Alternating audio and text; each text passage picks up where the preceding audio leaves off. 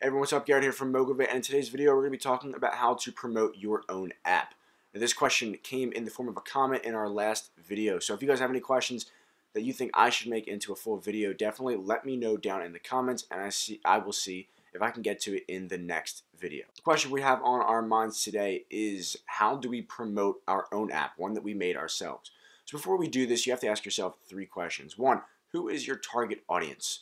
Number 2, why should someone download your app? And number 3, what does your app do that other apps don't? So other apps that are doing the same, that are for the same thing or a similar thing, what does your app do that they don't or can't do already? All right, once you've thought about the answers to those 3 questions, now let's get into 16 tips that you can use to promote your app for free. Tip number 1, focus on customer service. Customer service is key. Good customer service not only retains current customers, but also brings in more customers because it just enhances your overall reputation and your brand experience.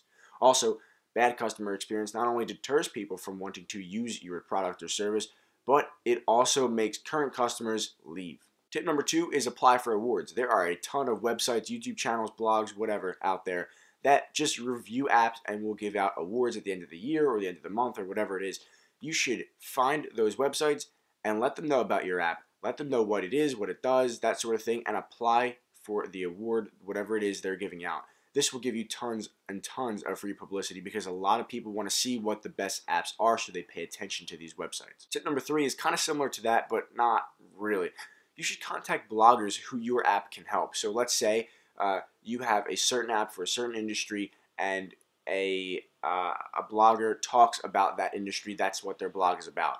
You should reach out to them, let them know about your app, and offer them, maybe if your app costs money, offer them a free download of your app in exchange for a review, or that they let their customers or viewers or readers know about your app and what it can do. Tip number 4 is to run contests. Contests are an amazing way to get people involved and engaged with your company, with your brand, with your product. So one thing you could do is you could say, hey, if you guys share this app on Facebook and use a certain hashtag or whatever it is, that you have a certain way of telling if someone actually went through with doing what you want them to do.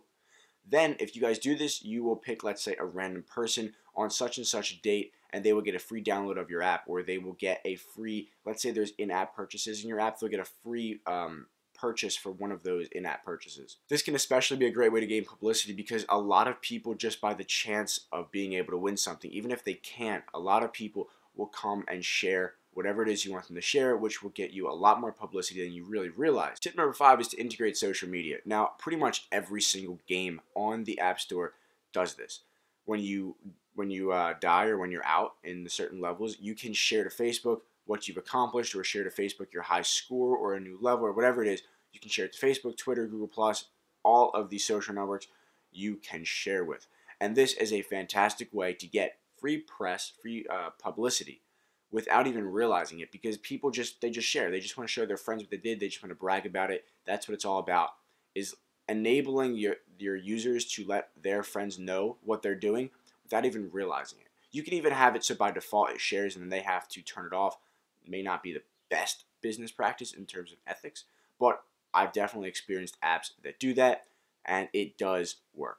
All right, so this next bit might be a little bit difficult, but that is to start a blog. You could start a company or product blog, and you could talk about things that are relevant to not only your product, but also to your user. I know a lot of companies will start YouTube channels, and they will literally make series teaching people how to do certain things. A really good example is people that do social media stuff and PR. They have the app or the product that they sell, and then they'll make a YouTube channel surrounding it, and they will post a weekly video talking about different tips that you can use with their product, but also without their product, just to enhance your own product or service that you yourself make. Now, you don't have to do this in the form of a video. You could do this in the form of a blog as well. The only thing is that you have to consider the frequency in which you're going to be uploading a post or a video, because if you have, let's say, a full-time job, then posting once per day might be a little bit difficult. Posting once per week might even be a little bit difficult. But then the question is posting, let's say, every other week or every 3 weeks, every month, is that often enough to do what you want to do? Now, the question might be yes. The answer might be yes. The answer might be no. You have to be the one to determine that. But a blog or a YouTube channel might be an excellent way to start giving people content, as well as building and getting publicity for your app. Tip number 7, wait, 7? Yeah, 7. Have a promotion or discount. So let's say for New Year's or Christmas or whatever holiday is coming up, you say, okay, 50% off on your app for this one day. Or let's say for the first week that your app is available on the App Store, you've built up the press, you've built up the hype, and you say, okay, for the first week, my app is going to be 50% off, or maybe even free, or whatever it is. If your goal is to just get people to use it, maybe free isn't the worst thing that you could do. But whatever it is, you offer some sort of promotion or discount that coincides with A, when you release the app, B, holidays, C, maybe something that you as your company are doing and you want to have a certain promotion for that event. Tip number 8 is to create a product overview video or demo video. Now, what are both of these things? Okay, so an overview video is kind of just a really fun, it doesn't have to be animated, but it's a really fun way, an engaging way of telling people what your app does instead of just, having them read a paragraph that's kind of boring, because reading, as great as it is, it can be very dry. A video can be really, really lively and a lot of fun. And it's a really good way to engage people. So you can make an overview video talking about those the two questions that we had in the very beginning, which were, what does my app do? And why should you download it? A demo video, on the other hand, would be you actually showing people how to use your app. Now, this is a great way to get people to understand what your app does fully, as well as show them how to use it all in one sweep, which is a really, really great thing and a very powerful tool that should not be underestimated. Next tip is to create and use your social media accounts. Now, examples of this obviously would be Facebook, Twitter, Instagram, etc. But you don't have to use these three or any of these three, really. You might want to look up which social networks are the best for which types of businesses and which types of people, depending on your target audience. And once you get that information, you can determine which social networks would be the best ones to use and engage your audience. Now, in doing this, you need to make sure that you're going to be consistent. This isn't the type of thing where you can just post a video on YouTube or post one post on Facebook and assume that people are going to automatically come, even though all you have is one post. You need to consistently be updating it, whether that's once a week, once a day, once a month. Doesn't really matter. You just need to stay consistent and make sure that you keep up with it. I think in one of our, not know about the next video, but I think in one of our future videos very, very soon, we're going to talk about which social networks make the most sense for which types of businesses, and hopefully in that video you will be able to decide which social networks you should use for your business. So tip number 10 is going to be kind of similar to the app award sites and as well to the bloggers who might need your app. Now, the only difference is that you're not going after people who necessarily need your app, and you're not going after people who only give out awards based on your app. What you're going to do is you're going to go after people who just review apps in general. They can review games, accounting software, whatever it is, doesn't really matter. They review it all because they like to review apps. There are a bunch of these websites and YouTube channels out there that can get you a ton of free publicity. And all you have to do is let them know, send them a message, say, hey, I just made this app. I will give you a free copy if you can review my app and put it on your YouTube channel, or I'll make it featured on your website or something like that. And that will give you an absolute plethora. That's not the right word to use. That will give you a ton of free publicity. Tip number 11, build a landing page. Now, what is a landing page? A landing page is kind of when someone goes to your website, it's one page where it kind of just goes over everything that someone would need to know about your product or service. So in this case, about your app, you want them to know by reading your landing page and going through it, you want them to know what your target audience is. You don't have to tell them directly, this is my target audience, but they should be able to figure out what your target audience is. They should be able to figure out what your app does and why they should download it. It's kind of like your sell page. It's like your elevator pitch. It's really short. It's really sweet. It's very engaging. It's very colorful. Well, it doesn't have to be colorful, but it's very attractive and aesthetic.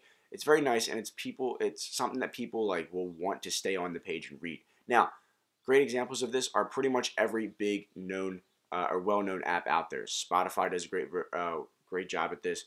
Snapchat does a great job at this. Also, look up great app landing pages, and it will come up with a list of examples that you can use for inspiration. Now, this is not to say that you want to not have the company information on your landing page. You still want to have all your company information, such as your contact information. If you have a CEO, a CFO, a COO, whatever it is, an about page, a contact page, you want to have all that information on there, but not on the landing page. You want your home page to be the landing page where people can go and get an idea of what your app does and why they should download it. Let's say you've got 1 month until launch. So for that month, you're building up the hype, you're telling all your friends about it, maybe even you've reached out to some websites or news outlets or something like that, You're building up the hype for your app release.